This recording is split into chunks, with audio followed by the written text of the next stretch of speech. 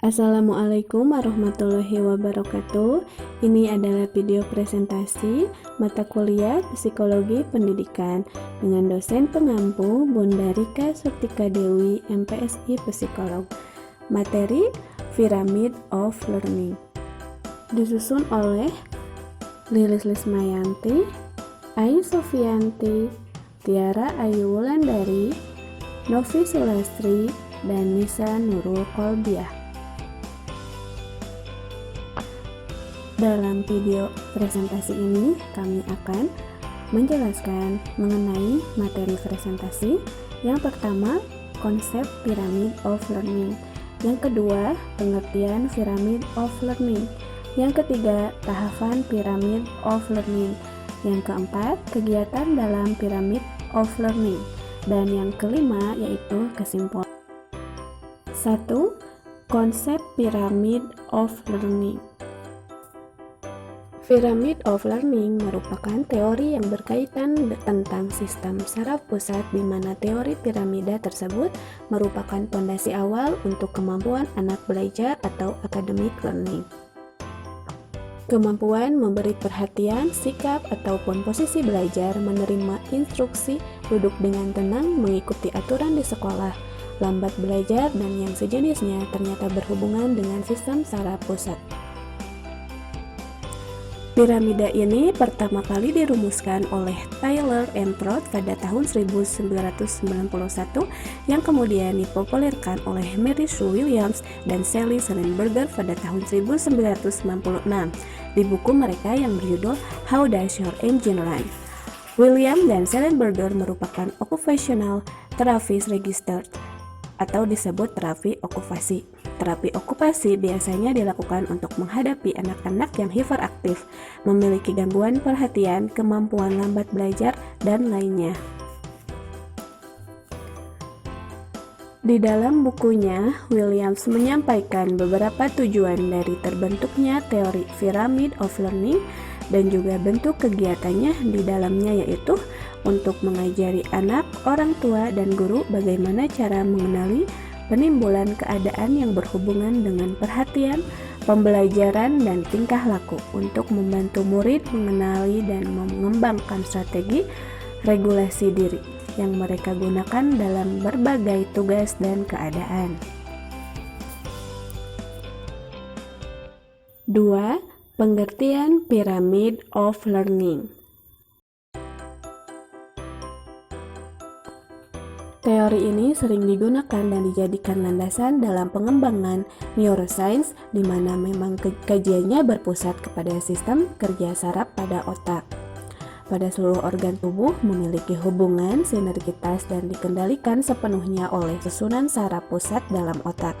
Bagian motorik dan sensori motorik pada otak memiliki hubungan saraf dengan indera-indera yang lain melalui pelepasan zat-zat kimia yang disebut neurotransmitter. Pyramid of Learning memiliki 4 tahapan yang seharusnya dilalui anak dan harus dituntaskan sesuai dengan jenjang usianya. Mulai dari tahapan paling dasar, yakni sensori, kemudian sensori motor, perceptual motor, dan tahapan yang diakhiri ialah cognition. Tahapan pertama, yakni sensory system, pada tahapan harus tuntas pada usia 2 bulan. Hal yang perlu dituntaskan ialah taktil atau peraba, vestibular atau keseimbangan, proprioceptif atau persendian, rasa atau pengecap, penglihatan, pendengaran, dan bau atau penciuman. Kedua ialah development of sensory motor. Dalam tahapan seharusnya sudah tuntas di usia 1 tahun. Hal-hal yang perlu diperhatikan dalam tahapan ini ialah kestabilan postur, kesadaran dua sisi tubuh, motor planning atau perencanaan gerak, mengenali bagian tubuh, naturitas refleks, dan kemampuan menerima input. Ketiga adalah perceptual development of the motor. Tahapan ini harus sudah tuntas di usia 3 tahun. Hal-hal yang perlu dituntaskan pada usia ini antara lain koordinasi mata tangan, kontrol otot mata, adaptasi postur, kemampuan bahasa, pendengaran, persepsi visual, dan fungsi pusat perhatian. Keempat ialah kognitif atau intelektual. Ini adalah tahapan terakhir yang harus tuntas di usia 6 tahun, sehingga pada usia 7 tahun, yakni usia anak masuk sekolah dasar, mereka sudah siap menghadapi pembelajaran akademik atau academic learning. 4. Kegiatan dalam Pyramid of Learning. Pyramid of Learning memiliki 8 penampang. Berikut penjelasannya. Penampang pertama yaitu aspek taktil, peraba, atau sentuhan. Fungsi taktil sebagai sensor pertama yang dimiliki manusia dalam mengingat sesuatu.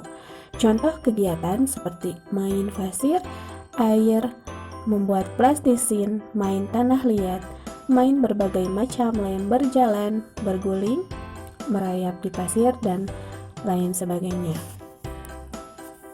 Aspek vestibular yaitu sistem keseimbangan yang melibatkan organ keseimbangan dan titik keseimbangan tubuh terhadap gaya gravitasi bumi.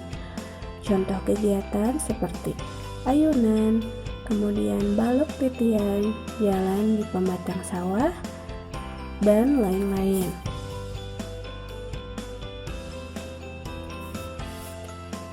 Aspek proprioception yaitu kemampuan otak untuk mengetahui letak bagian tubuh tanpa perlu melihatnya. Contoh kegiatan seperti merangkak, mendaki, merayap, menarik, mendorong, melempar, menangkap, dan lain-lain.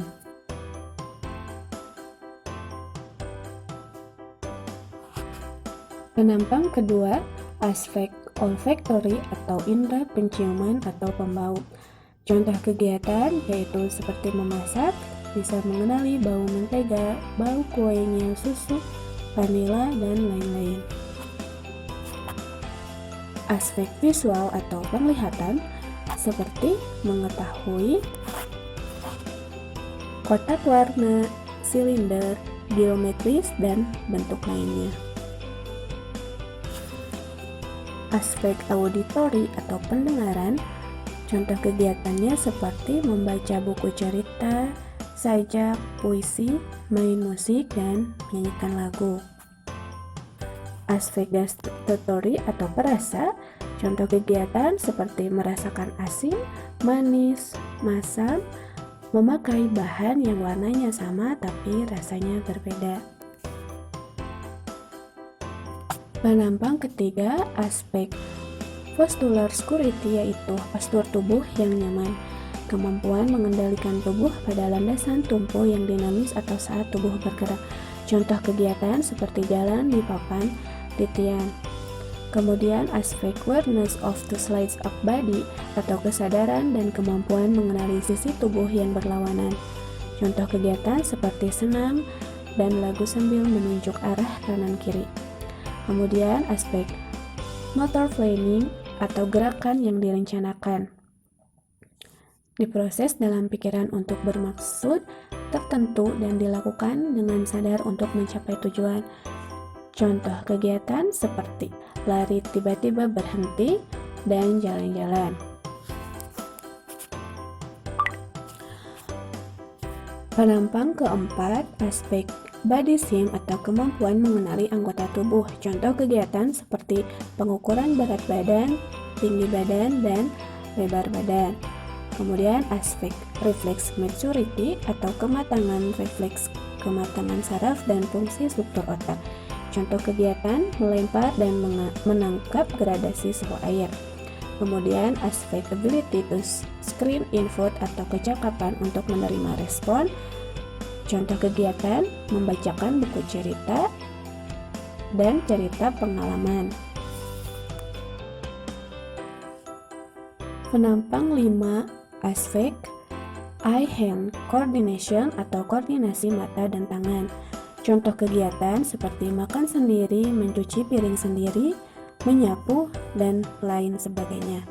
Kemudian aspek ocular motor atau kesadaran keputusan bergerak terhadap stimulus, penglihatan, dan gerak kelopak serta bola mata. atau motorik halus. Contoh kegiatan seperti memilah beras dengan gabah, mengupas, memetik, dan lain sebagainya. Kemudian aspek postural adjustment yaitu pengaturan postur tubuh atau kemampuan penyesuaian postural. Contoh kegiatannya seperti naik sepeda, praktek sholat, dan renang. Penampang 6. Aspek auditory language atau keterampilan berbahasa yang didengar. Contoh kegiatan seperti mendongeng. Kemudian aspek visual spesial atau pemahaman bentuk. Contoh kegiatan seperti menggambar, menyusun balok, dan lain sebagainya. Kemudian aspek attention atau konsentrasi. Contoh kegiatan seperti menjepit dan memindahkan benda dengan 3 jari, menjahit, dan lain sebagainya. Penampang ketujuh yaitu daily living activities atau aktivitas hidup sehari-hari. Contohnya seperti makan sendiri, membuat minuman, memandikan boneka, menyisir, dan lain-lain. Kemudian aspek behavior atau perilaku. Contoh kegiatannya seperti membuat aturan, kesepakatan, memaafkan, diselesaikan masalahnya dahulu. Penampang ke-8 atau academic learning atau pembelajaran akademik.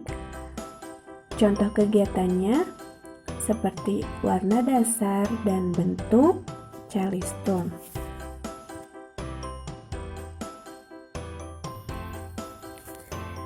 Jadi, dapat disimpulkan bahwa anak-anak sudah terlahir dengan indera-indera yang memberi sinyal pada otak mereka, yang membantu mereka melihat, mencium, merasa, mendengar, serta indera kinestetik untuk mengetahui di mana posisi anggota tubuhnya, serta kemana posisinya berubah ketika mereka bergerak. Melalui indera inilah, otak manusia mampu menerima informasi dari luar. Jika penampang dasar mengenai indera telah dituntaskan, maka penampang-penampang selanjutnya akan lebih mudah untuk diberikan stimulasi sehingga sampai pada puncaknya, yakni academic learning. Sekian presentasi dari kelompok kami. Wassalamualaikum warahmatullahi wabarakatuh.